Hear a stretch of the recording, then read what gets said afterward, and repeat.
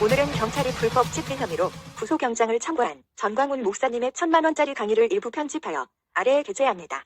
문재인이가 대한민국을 해체하고 북한에 갖다 바치려는 의도에 대해 이제는 의심이 아니라 확신이 든다. 어느 날 아침에 인민군이 당신네들 집 문 앞에 나타나서 총뿌리를 겨눈다면 어찌할 것인가? 그날이 멀지 않았다. 김정은이가 7일 전쟁 계획을 완성했다고 발표했는데 국내 언론은 방송조차 하지 않는다. 국정원이 국회에 보고하여 밝혀진 사실이고 6.25 때 3개월이 걸렸기 때문에 김정은이가 이번에는 7일 만에 부산까지 점령한다는 것이다. 지키지 못한 자는 누릴 자격도 없다. 대한민국이 이러한 상황에 빠진 배경은 남한 땅에 남로당의 후예들이 살아있었다. 이승만이 대한민국을 건립하려고 한국땅에 들어왔을 때 극구 반대한 세력이 박헌영이었는데 공산주의에 찬성한 사람은 전 인구의 78%였다. 이승만이 한반도에 절대 공산주의는 안 된다. 나는 미국에서 공산주의만을 연구한 사람이다. 전향하라는 눈물의 연설로 한국민을 일깨웠다. 이승만은 하버드, 프리스턴의 박사였고 한국인은 80%가 문맹이었다. 그래서 이승만 박사는 문맹 폐치 운동을 펼쳤는데 초등학교 교사들로 하여금 낮에는 애들을 가르치고 밤에는 동네에 들어가서 노인들을 붙잡고 한글 학교를 시작하라. 그 대신 군대 안 가도 된다. 고 설득했다.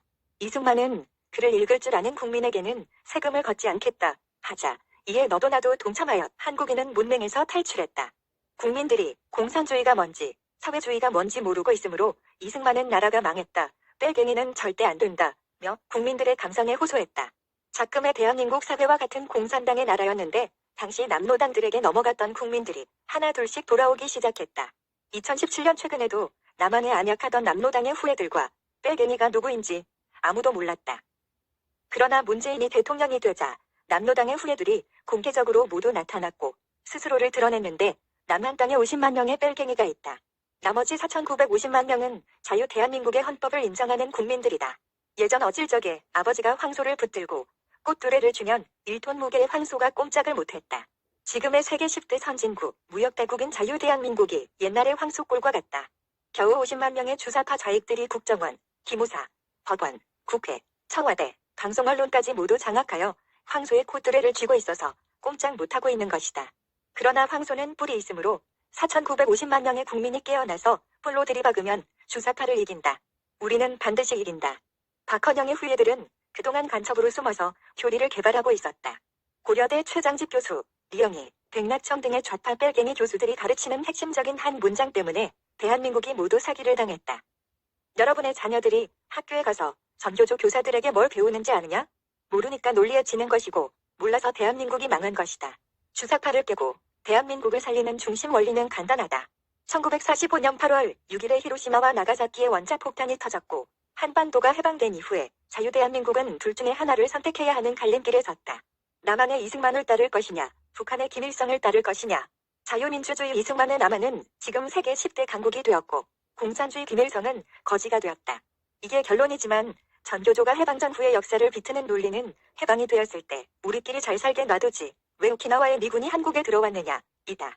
전교조 한 총련과 좌파 교수들은 해방 전후사의 인식이라는 박정희 시대의 불온서적으로 학생들을 가르친다. 이 서적은 박정희가 서거하자 불온서적에서 풀리면서 전국의 서점에 쏟아졌다. 이 서적 하나 때문에 대한민국이 망한 것이다. 이들이 주장하는 교리는 36년간의 일본 식민지에서 해방되자 일본군 사령부가 있던 자리인 용산에 미군이 주둔했다. 예전에 몽고군이 왔을 때도 일본군이 왔을 때도 식민지군은 용산에 주둔했는데 풍수지리의 원리인지 외국 군대가 한반도를 먹으면 역사적으로 항상 용산에 주둔했다는 것이 참으로 공교롭고 기이한 일이다. 주사파들은 왜 미군이 한국 땅에 들어왔느냐? 일본군을 미군이 쫓아내고 한국을 식민지 살이시키려고 들어왔다고 가르친다. 그래서 남북한이 갈라졌고 군대가 필요해졌으며 젊은이들이 군대를 가야 한다. 그래서 6.25 전쟁이 일어났다고 혹세무미 난다. 미군만 없었으면 남북한은 행복하게 잘 살 수 있었는데 미군 때문에 나라가 쪼개졌다는 것인데 언뜻 들으면 솔깃해지는 대목이다. 우리는 일본으로부터는 해방이 되었으나 지금도 우리는 미제국주의의 식민지로서 살고 있으며 아직 우리나라는 해방되지 않았다. 그래서 미군은 철수해야 한다는 북한 대남 공작 논리를 따르고 있는 것이다. 군대까지 갔다 온 사람들, 전라도의 어른들, 전국의 30, 40대는 이 논리에 넘어가서 모두 좌익으로 변모했다는 것이다.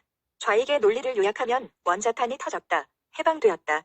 그때 우리끼리 잘 살게 놔주었다면 군대 안 가도 되고 6.25 전쟁도 없었다. 우리끼리 행복했을 것이다. 이다.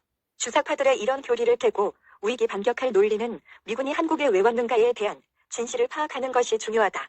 미군은 한국의 식민지살이를 시키려고 온 것이 아니라 당시 한국에 일본군이 34만 명이 있었는데 항복하지 않고 있었고 미국은 전쟁에 이겼으므로 일본군을 무장해제시켜야 했다. 그냥 놔두면 문화재를 모두 들고 나가고 여자들은 성폭행 당했을 것이다. 그때 한반도의 일본군은 싱싱하게 살아있었으므로 미군이 오지 않았다면 한반도의 여자들은 모두 일본군의 아이들을 잉태했을 것이다. 전쟁과 여자는 필수 관계이다. 이것은 전쟁 역사의 진리다. 일본군의 난동을 막기 위해 한반도에 잔류하고 있던 일본 군대를 무장해제시키기 위한 목적으로 미군은 한국에 들어왔다.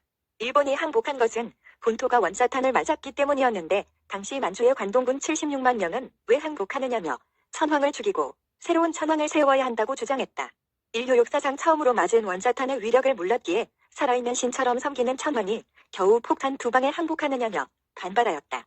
한반도에 진주한 1차 미군은 일본군의 군복을 벗기고 부산항을 통해 일본으로 귀향시켰다.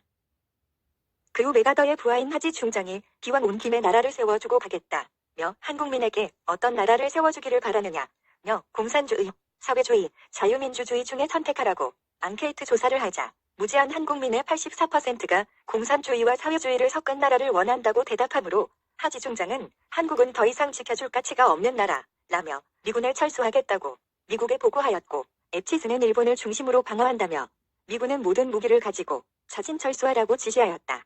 군사고문단 540명만 남기고 1949년 6월 30일 자진 철수했는데 미군이 무슨 식민지살이를 시키려고 들어왔다는 말인가. 원래부터 미국은 한국에 관심이 없었다. 식민지에 욕심이 있었다면 철수했겠는가? 미군은 일본군의 무장해제를 위한 첫째 목적은 달성하였고 한국에 남아있으면 소련군하고 부딪히기 때문에 철수한 것이다. 미국이 소련군과 부딪히기 싫었던 이유는 미국과 소련이 2차 대전에서 독일의 히틀러와 대항하여 연합군으로 싸웠기 때문이다. 미국은 2차 대전에서 주로 공수부대, 해병대를 투입하여 공중작전과 물자를 지원하여 군사들의 희생이 적었지만 실제로 육상 탱크 부대로 싸웠던 소련의 지상군은 1800만 명이나 죽었기 때문이다. 히틀러가 1945년 4월에 자살을 했고 5월에 독일이 항복을 하여 유럽의 전쟁은 끝이 났으나 미군은 태평양에서 아직 일본군과 전쟁을 하고 있었으므로 미국은 소련의 스탈린에게 지원을 요청하였고 시베리아 철도를 이용하여 소련군이 극동으로 이동하고 있었으나 중간 지점에서 스탈린이 변심을 한다. 루즈벨트는 스탈린에게 전화하여 전쟁 막바지라는 점을 들어 지원을 재요청하였으나 스탈린은 꼼짝도 하지 않았다. 그래서 루즈벨트는 소아마비 걸린 다리를 이끌고 카이로에서 처치를 만나서 스탈린을 설득하자며 얄터 회담에 참여시킨다. 루즈벨트는 원자탄의 개발이 성공했다며 버섯구름 사진을 스탈린에게 보여주자 스탈린은 한반도를 먹기 위해 소련군을 남진시켜서 만주에 잔류 일본군 64만을 정리하였고 원자탄 폭발 한 달 전인 7월 12일 평양에 진군하게 된다. 미국이 8월 6일 원자탄을 써서 일본이 항복하면서 소련이 한반도 땅을 소유하겠다는 권리 주장을 하므로 미국은 한반도 주둔 일본군 64만의 무장해제가 완료되자 에치슨 라인을 긋고 1949년 6월 30일 철수하였다. 좌익들은 식민지를 만들기 위해 미군이 주둔했다고 하지만 식민지할 의사였으면 주둔군을 철수할 필요가 없었다. 한국에 욕심이 있어서 한국을 먹으려고 진주한 것이 아니며 오히려 소련이 한반도에 욕심이 있었다.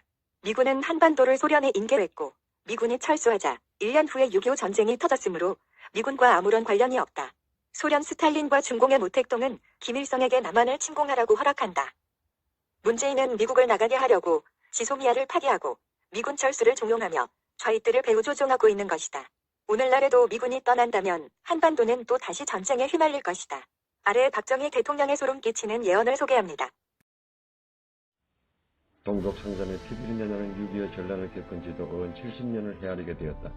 기성세대에게는 그 예리에서 지울 수 없는 쓰라린 경험들도 젊은 세대에게는 역사의 기록 속에서 찾아보는 하나는 무관한 사건으로밖에 존재하지 않을지도 모른다. 그러나 그 상황이 우리의 기억에서 사라져가고 그 비극의 전체를 덮지 않으려는 굳은 결의가 퇴색하는 날 제2의 6.25는 반드시 오고야 말 것이다. 기억